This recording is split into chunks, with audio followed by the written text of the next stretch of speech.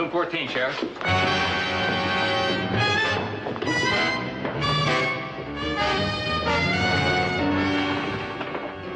up!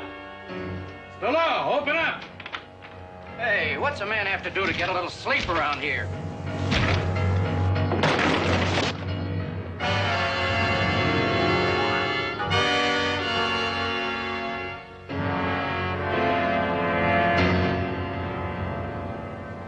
Hoss.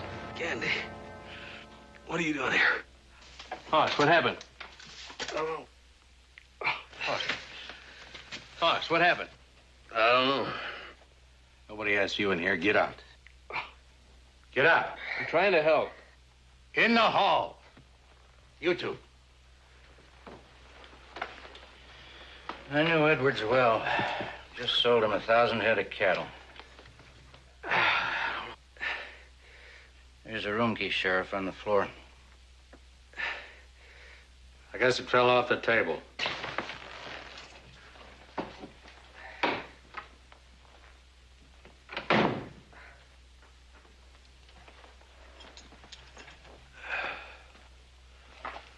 All right, mister. Why'd you do it? Do what? What's going on? I'll tell you what's going on. You're going to jail. You're going to stand trial for first-degree murder, and then you'll hang.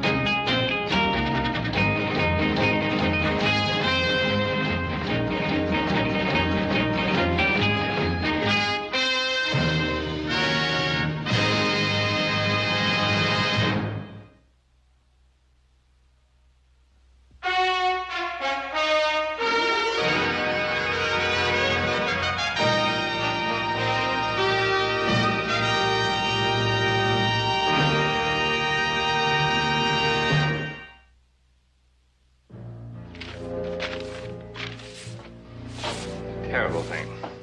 Just terrible.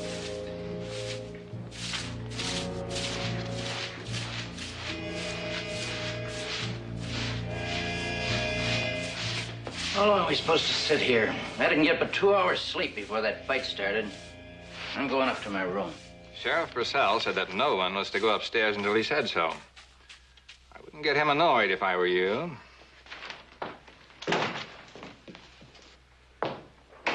Where do you think you're going? Upstairs to bed. Not till I say so.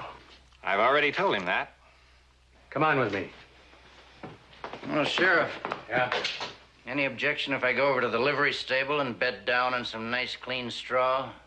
Why, no. Not if you can fight your way past my deputy outside.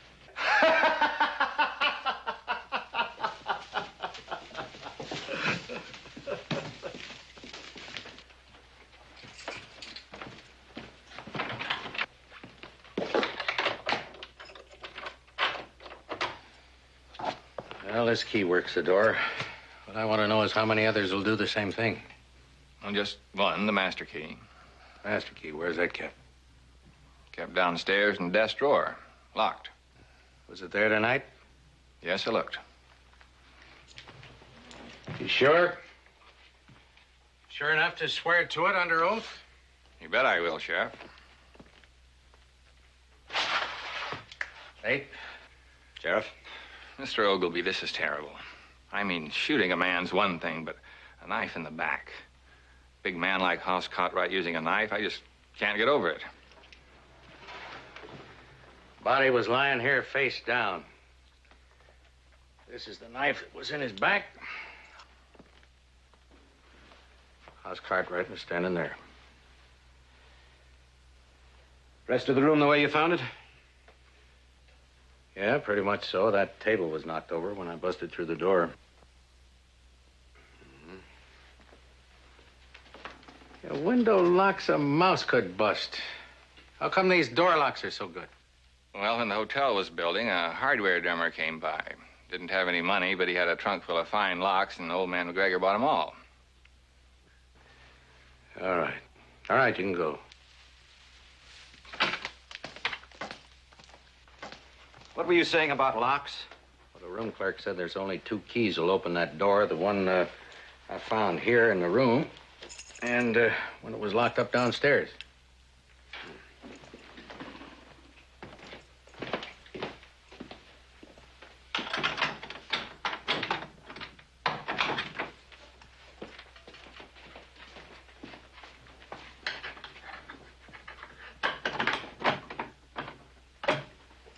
Well, looks like the clerk was right.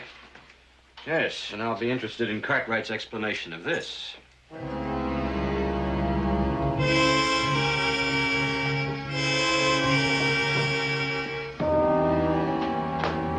This is Mr. Ogilvy, gents, the county prosecutor.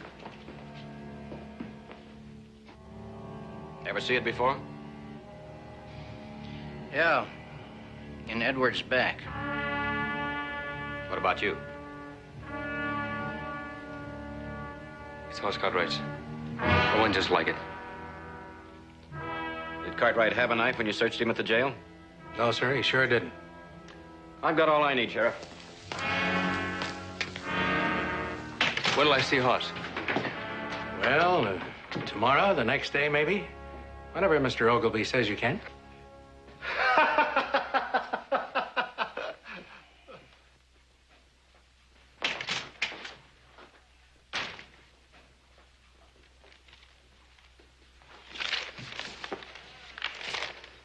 I need a room.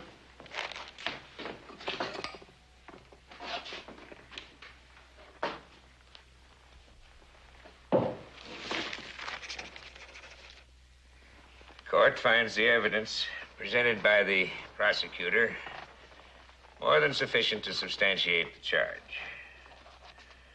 The defendant, Hoss Cartwright, is hereby bound over. The court directs Sheriff Purcell to produce said defendant in this courtroom 3 days from today to stand trial on the charge of murder in the first degree.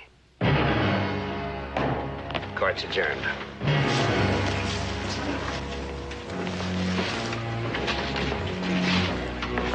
I'm sorry, Cartwright, but that's all I can do for you.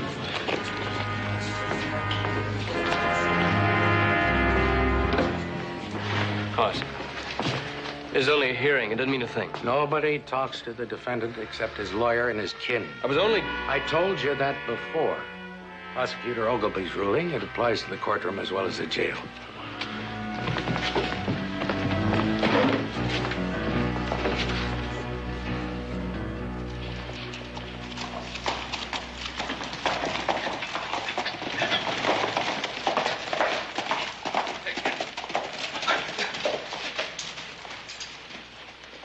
Never been so glad to see anybody in my whole life. How's Hoss? He's not hurt or anything, but things are about as bad as they can get. Where's the jailhouse? This way. Have you seen him? The sheriff wouldn't let me in. He won't let anybody in except his family and that lawyer. What lawyer? Court appointed. He quit. What? It's good riddance. He didn't spend more than 3 minutes in the jail with Hoss. The hearing, he didn't open his mouth. I tried to get him another one. There's not a lawyer in this town who wants anything to do with the case.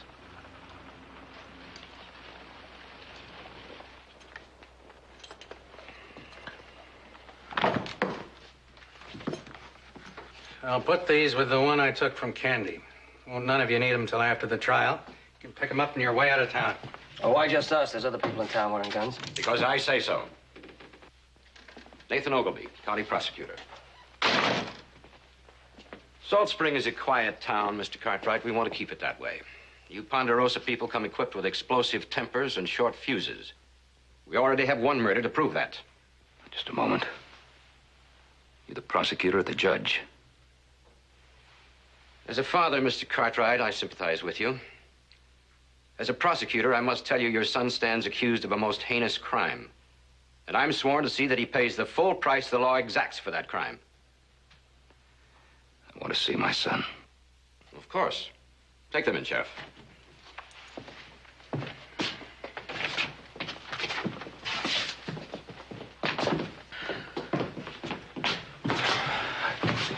got here as soon as we could. You changed horses 3 times while Pond Road. You think you worked for the Pony Express? Hoss, tell us what happened. I wish I knew. I mean, I don't really know. You see, it all started, boy. I sold this fella Edwards 1,000 head of steers, all on a handshake deal, just a plain handshake guarantee, while you were in San Francisco. Well, I got to worrying about it, see, and Candy and me, we rode out here to check on him, and we got here, and sure enough, he'd backed out on the deal. He decided to buy it from Mort Dekker at $1 a head cheaper. So I went to him and tried to get him to pay me the $2,000 earnest money that he'd guaranteed me on a handshake to start the drive. He wouldn't do it. Tried to throw me out of his room, and we got into a scuffle. And sometime during the scuffle, he or somebody hit me over the head, and I don't remember what happened after that. God blame it, I just don't know.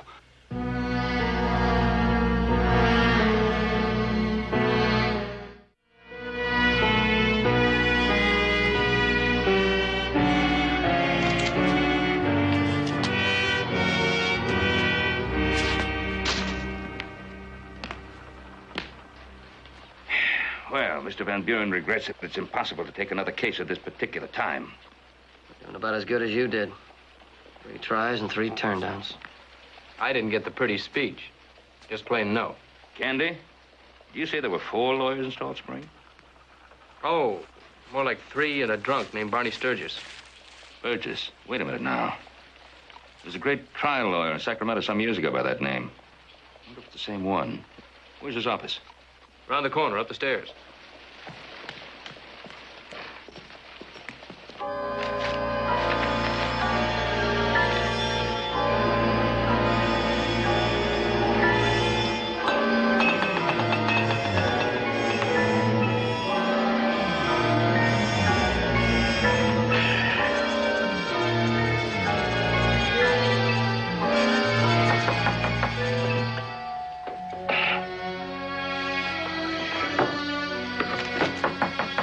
Door's open.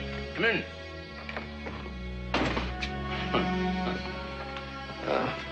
Mr. Sturgis? Yeah? My name is Ben Cartwright. How do you do? My son, Joseph. How do you do?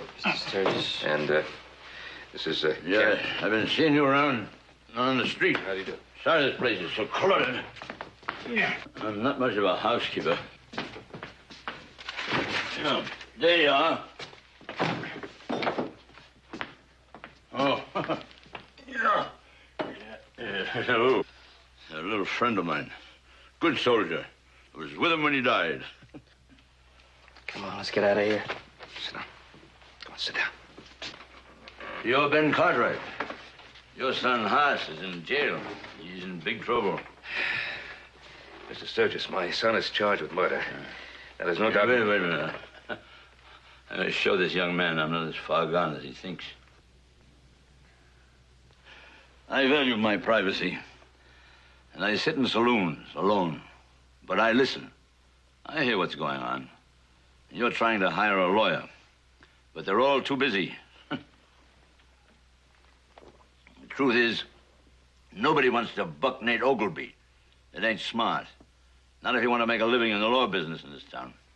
Is that how you feel about it? Oh, it doesn't make any difference how I feel. I'm not fool enough to think I could defend a murder charge. And sure, you're not fool enough to want to hire me. But even if you had a good lawyer, it wouldn't help much. What you need is a miracle. A miracle or not, my brother didn't do it. Your opinion. Unfortunately, the good people of Salt Springs have already tried and convicted him. Mr. Sturgis, we need legal help. And you're the only man available. Now, at least you could get a postponement. Won't do you any good. Well, even a clerk could get a postponement. All right, find a clerk. Leave me alone. You used to have a reputation as a fighter. I remember you in a murder case. Any case would be a challenge. Before this, now nobody would trust me to witness a signature, let alone go into a court. And I like it that way. Mr. Sturgis, my son needs your help. And you're going to have to help him. I could never make it. No, go away. Leave me alone. You'll make it. We'll see to it that you'll make it. We'll walk you around until you're stone sober, and you'll walk into that courtroom and you'll get that postponement. You don't know what you're asking. Yes, I do. There's got to be a shred of guts left in you.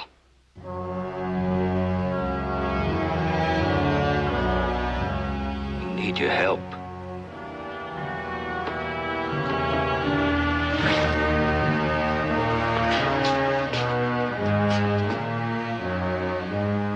All right. I'll try.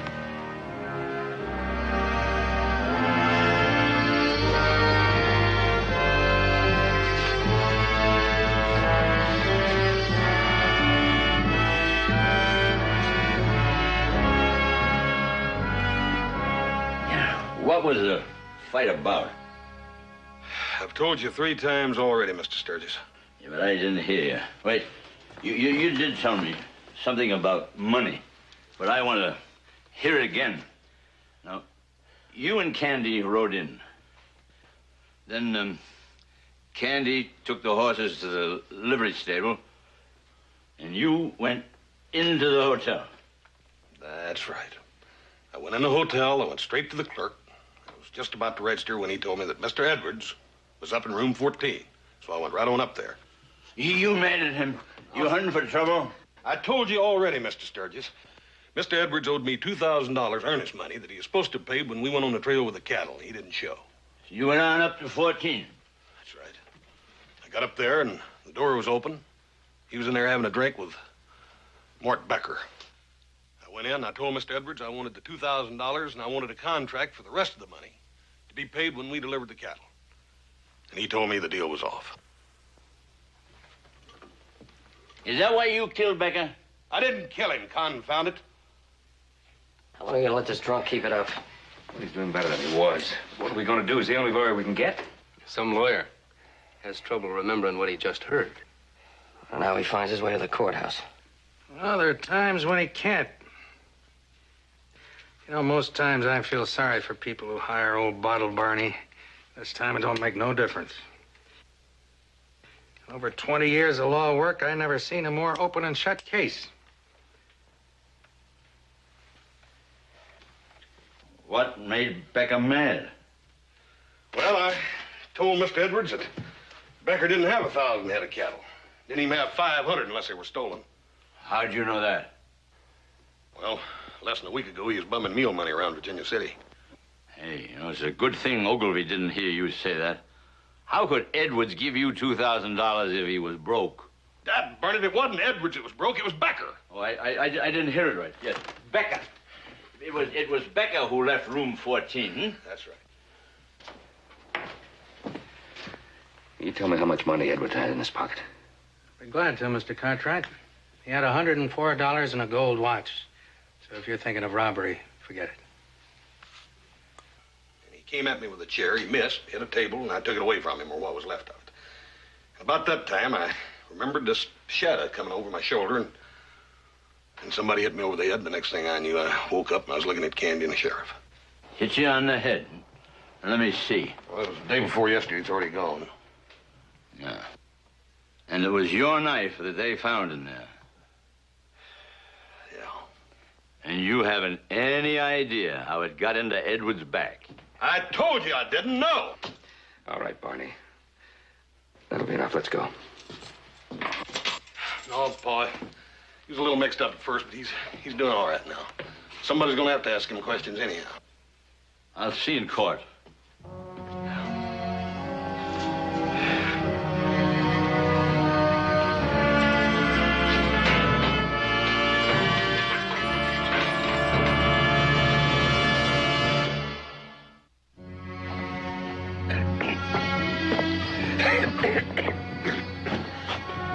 You all right? Yeah. I'll be able to get to my office before I fall down. Tomorrow, if I'm lucky, I'll be able to walk into the courthouse. I'll get your postponement. I sure hate to have to take it all the way through. I'm not saying he's guilty. I don't think he did it. Why, that moose could have slapped that Edwards right through the wall. He's not one to use a knife. Of course he's not. And that makes 4 of us. But that jury would find him guilty without leaving the box. Well, I got to get to my office. See, before I go for that postponement, I got some reading to do. Yeah, I'll walk along with you. Oh, don't bother. No bother at all.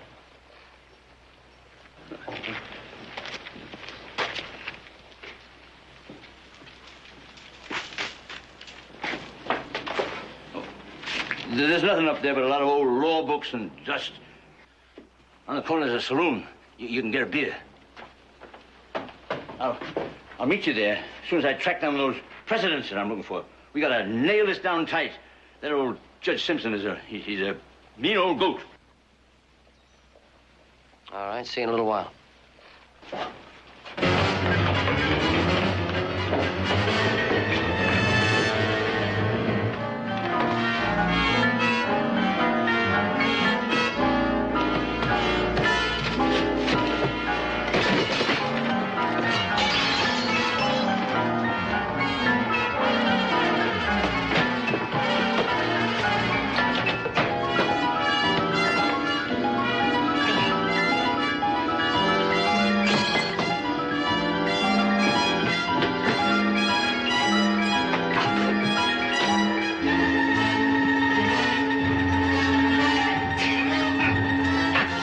Put it down.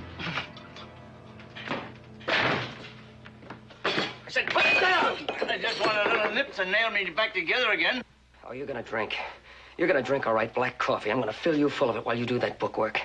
And then after that, we're gonna walk again. I've done all the walking I'm gonna do. No, you're gonna walk. And we're gonna go to the hotel so we can keep an eye on you, because when you walk in that courtroom tomorrow, you're gonna be the soberest man in Salt Springs. Why don't you go away and leave me alone? I don't want this job. We don't want you either, but we're stuck with you. Now, after you get that postponement tomorrow, you can do anything you want, but until then, you're gonna do what I say.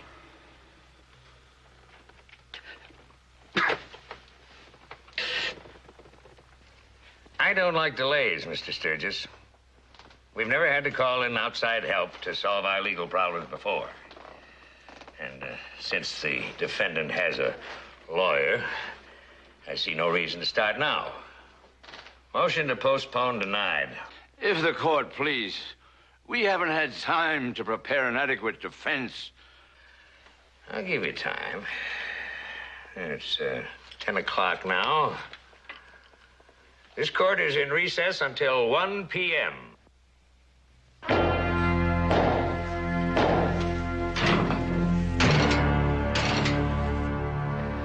So when the judge denied that postponement, he dang near fell down.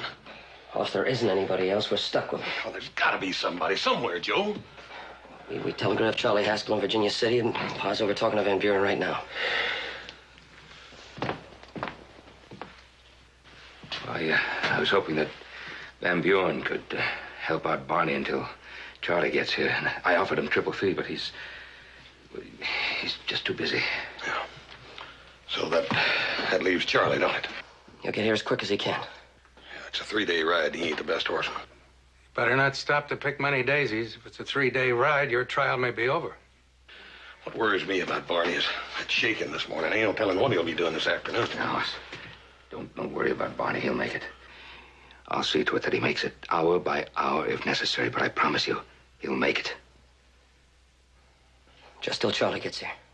Yeah, if Charlie gets here.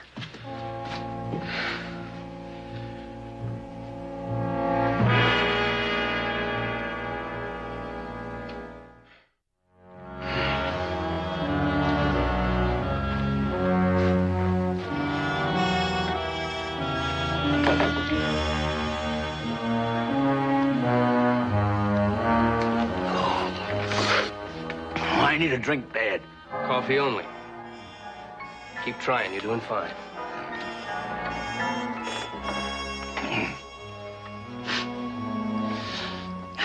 The sheriff went into the murder room first. Then you, then Dekker. That's right. What was Haas doing when the sheriff broke through the door? He was hanging on the end of the bed.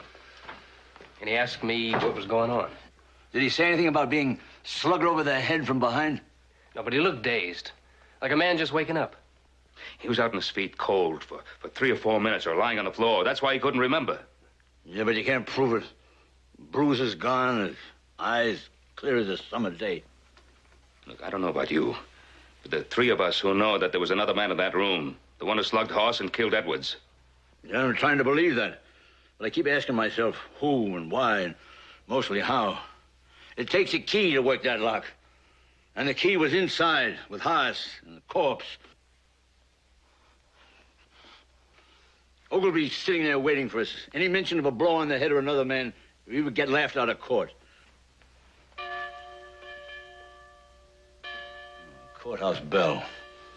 Court will convene in 5 minutes.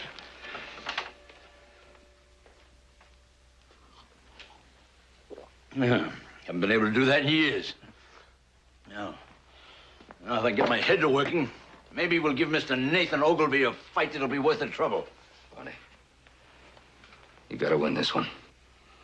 It's my son's life.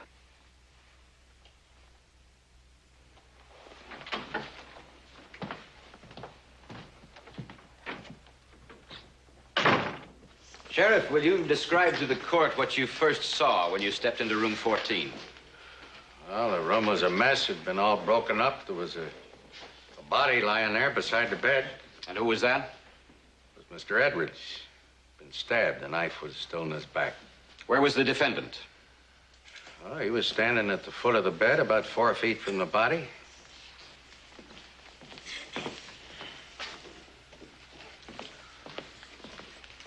Have you seen this knife before? I sure have. It was sticking in the body. If the court please. To save the court time, the defense stipulates that the knife is the murder weapon and the property of Hoss Cartwright.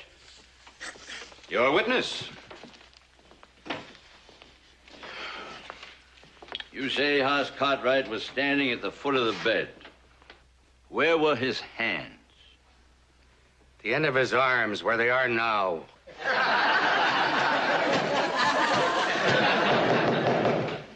Was the defendant standing unsupported, or was he hanging on to the foot of the bed? He was holding on to the foot of the bed. Yeah. Were there any marks or bruises on him? Not that I see. A man is in a terrible fight that we've been hearing about, and yet there are no cuts or bruises. Isn't that remarkable, Sheriff? Well, maybe his knuckles were swole up a little bit. He's a big man. Big hands like that, it's hard to tell. Did you examine the defendant for cuts or bruises? I sure did, in jail, in the same cell I usually put you when you're too drunk to get home. That's enough, Mr. Purcell. You'll testify properly, or you'll be occupying that cell for 60 days yourself for contempt. This is not a saloon or a theater. It's a court of law. Any more levity, and I'll clear the room. Proceed, Mr. Sturgis. If the court please. I have no objection to the sheriff telling the truth. I know the cell in question well, and I'm sure the voters are all impressed by the zeal with which the sheriff does his job. Begin to sound like the old Barney Sturgis of Sacramento. When you examined the defendant, what did you find? Not a mark, not a scratch. Will any key other than these two unlock the door of room 14? No, sir. Is a key necessary to lock the door from the inside? Yes, it is, from either side. This one was found inside the room. Where was this one? Well, that one was locked in the drawer of the desk in the lobby. Nobody was near that desk but me. I was downstairs all the time the fight was going on.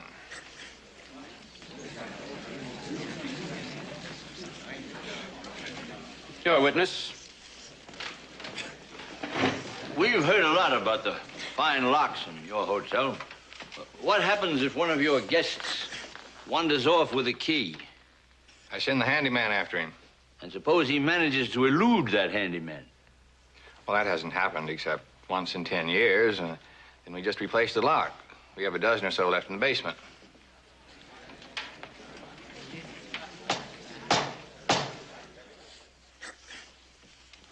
You heard Mr. Edwards shout, "Cartwright, no!" How would you describe that shout? Scared. Made chills run up my spine. That's why I got up and dressed. Thank you.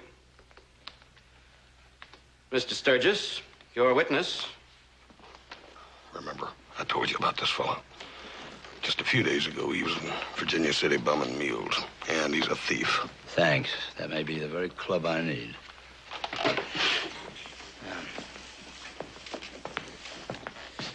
You were doing business with Mr. Edwards, Mr. Becker? I sold him 1,000 head of cattle. So that when he was killed, you lost not only a friend, but the sale of a herd. That's right. How many head of cattle do you own, Mr. Becker? Well, I sold 1,000 head. I didn't ask you how many you sold. How many cattle do you own? How many steers wear your brand? I don't have a ranch. I'm a dealer. I buy and sell. We know what you sold. Where do you buy? Small ranches where I can make a profitable deal. Small ranches. Would you name a few? Spread up Cold Creek. Brand slips my mind. Another one over... You don't remember, huh? Is that because you deal in stolen cattle, Mr. Becker? Or because you were here to promote some earnest money for a fast trip to another state? Your Honor, I object. The witness is not on trial here. The defendant is. Order. Silence in the court.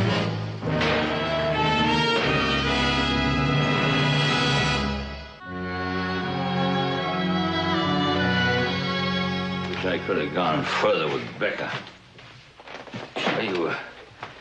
You got under the prosecutor's skin pretty good. Well, at least the jury heard that much.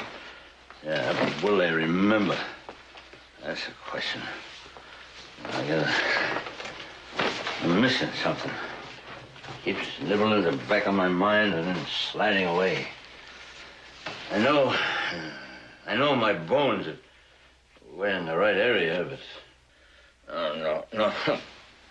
When is that Charlie Haskell coming to take over this case? He'll be along as soon as he can get here, but you're doing real good. You're doing a real good job. Now, you gotta keep on fighting. Yeah, well, there must be an answer somewhere. You get a good night's rest. I'll see you in the morning, huh? No. Here's your key. Huh.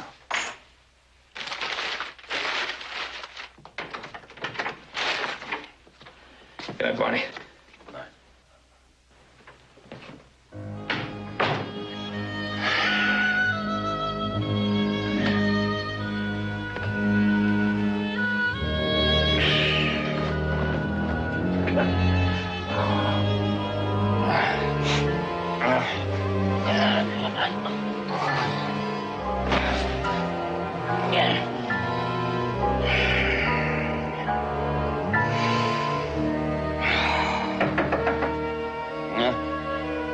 What is it? Who is it?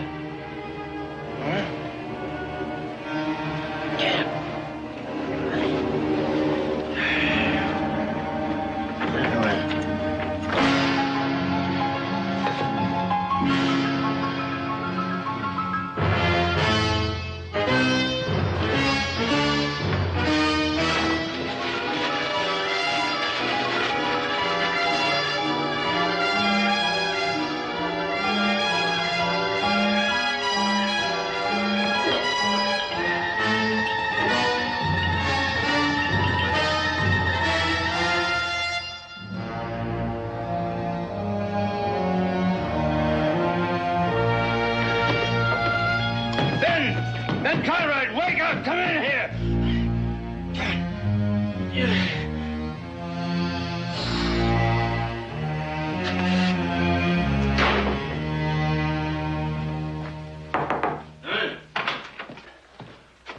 Were you knocking on the wall? I thought I heard you calling. Yes, I was knocking. Look, present from an unknown admirer. Or an elf, or a banshee. There's a knock on the door. Nobody there. Just that bottle at the foot of the door.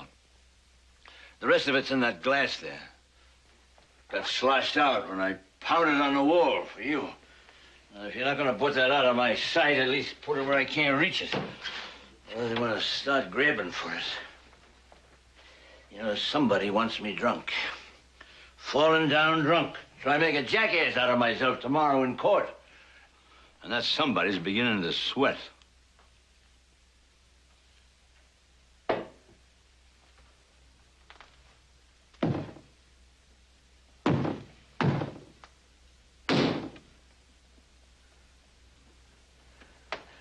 Would you do something for me? Well, might as well. I'm on your payroll. Go down to the lobby. And stay there for count 50. Then come back. Yeah.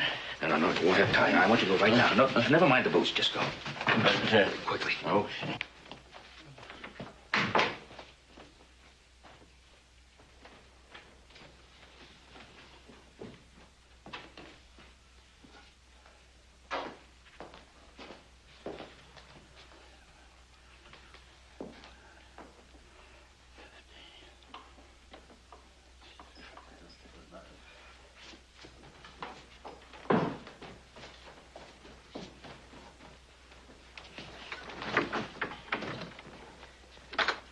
What did you hear? Nothing. You were down in the lobby. No. Nothing. Just the people in the lobby. You didn't hear me shouting? No. While you were down in the lobby, I was shouting. Here. Cartwright, no! Cartwright, no! You didn't hear that? Not a word. What does that mean to you?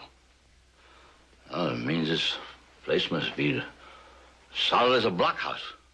And it also means that it couldn't have been Edwards who shouted Cartwright, no. Because whoever did that shouting couldn't have been inside room 14. They'd never have heard him. He had to be out in the hall and then disappear. That's right. And Mr. Becker's room is just down the hall, isn't it? Yes, sir. Yes, sir. Take him just about as much time to shout and go back to his room as it did to put a bottle at the foot of the door and disappear. Maybe we know the who. But we still have the problem of why. It's pretty hard to prove robbery when the deceased has over $100 and a gold watch on him. And we still haven't got Becker inside behind that locked door. Wait a minute. I think I may be able to help you establish that robbery motive. If the telegraph office is still open, I'll be able to do it tonight. Yeah. Hey, wait a minute. Now, that glimmering in the back of my mind is beginning to take shape and substance. I think I may be able to put Becker inside room 14. Hey, don't forget this.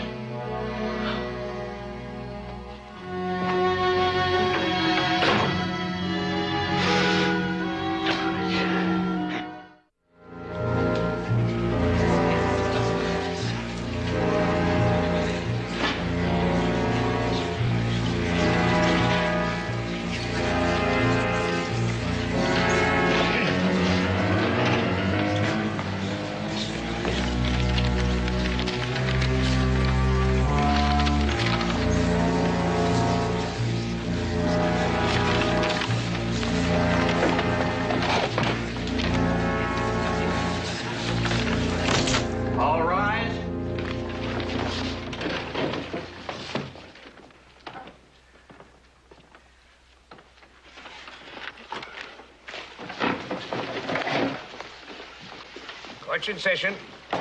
Mr. Ogilvy. Your Honor, I have other witnesses I could call. However, I feel strongly that the evidence already heard proves beyond any shadow of a doubt that the defendant, Hoss Cartwright, did knife and kill Warren Edwards. The prosecution rests. Mr. Sturgis, you may proceed with the defense.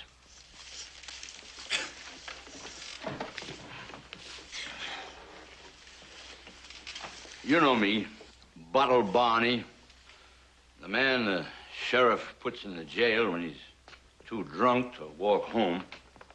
And knowing me, you kind of have to feel sorry for anybody who had me as a lawyer. If the case was anything much. Now, Mr. Ogilvy has been waiting for me to make a howling idiot out of myself. But I don't think I'm going to oblige him. Not today. He's been having a fine time building a scaffold for my client. Why, enough to scare a man silly if he couldn't see that it was built of cobwebs. Now, what happened was a man walked into room 14 in the middle of a fight, hit Hoss Cartwright over the head, killed and robbed Warren Edwards and went. Now, Mr. Ogilvy has 100 facts to prove that it couldn't happen. But I know better. Any man who's been a bottle fighter for all the years that I have can't be very smart. But I was able to figure it out. So the rest of you must have been able to figure it out, too. Now, in case that there's one or two of you has some doubts, I'm going to ask His Honor to allow us to adjourn to room 14 and show you how it was done. Objection. Your Honor, how long is the court going to allow this old charlatan to continue this nonsense? What's the matter with you, Mr. Counsel? Are you afraid I'm right? I know you're wrong. Then why the objection? Fair question, Mr. Ogilvy. It's so fair that I'm going to indulge Mr. Sturgis in his request. Court will reconvene in room 14 of the Salt Spring Hotel.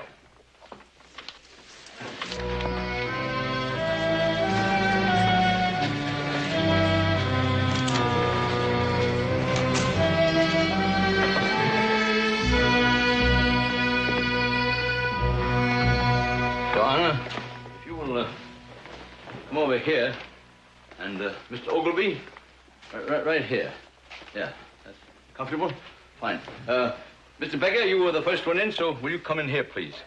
We need a corpse, and you're just about the right size, and you know how the body was, so if you would lie down on the floor there, as the body was, it'd be very helpful.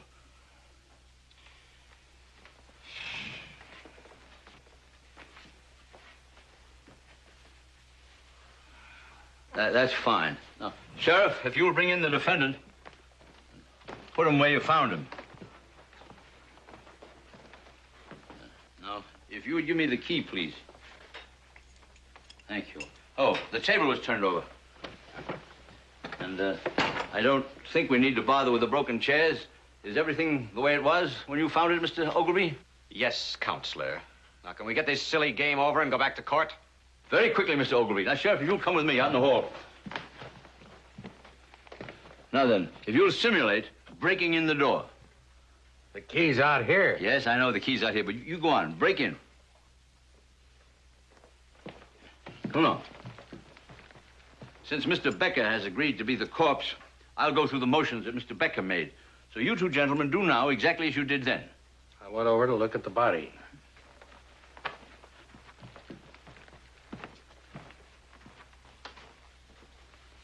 Dekker, straighten up the table. Oh, then I ordered candy and Dekker out of the room. Exactly as it happened then. How did Dekker say it? There's the room key, Sheriff, on the floor.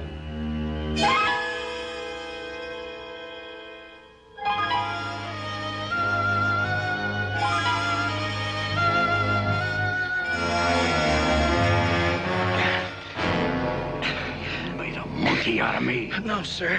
I really found that key on the floor. That walking whiskey bat's tricking you, Sheriff. He's trying to get me into trouble so he can get that horse Cartwright out. Your Honor, I have a telegraph here addressed to Ben Cartwright from Edwards' partner. It was delivered before court opened this morning. As you see, it states that Mr. Edwards was carrying $10,000 in cash. Now, since Mr. Edwards never paid Mr. Dekker for that hypothetical 1,000 head of cattle, that money should still have been in Mr. Edwards' possession, along with that $104 in gold watch, but it was not. So if the money is not on Mr. Dekker, I recommend that you search his room and baggage.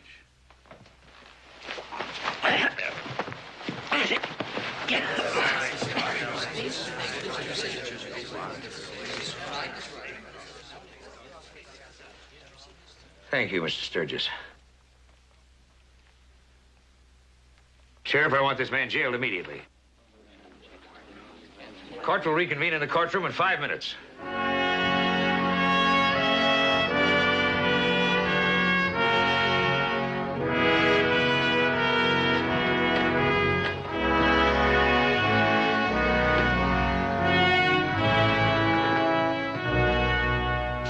Mr. Cartwright, all charges against you are herewith dismissed. And the court tenders an apology for the people and the prosecution. Thank you, Your Honor. Mr. Sturgis, it appears I misjudged you. If you can learn some courtroom manners, you just might turn out to be a fine trial lawyer.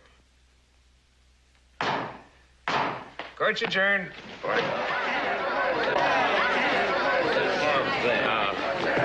Congratulations, Barney. Congratulations. Barney, you did it. Not without your help. I'm afraid your attorney Haskell from Virginia City is going to have a long ride for nothing. Well, I'll guarantee you he won't mind a bit, Barney. Don't you worry about Haskell now. He's going to be awfully happy to find out how you made out. Mr. Sturgis, I'd like to buy you the biggest drink in town. Oh, that'll be fine. But you better make it black coffee. I've developed a taste for it. I'll take the drink. Okay.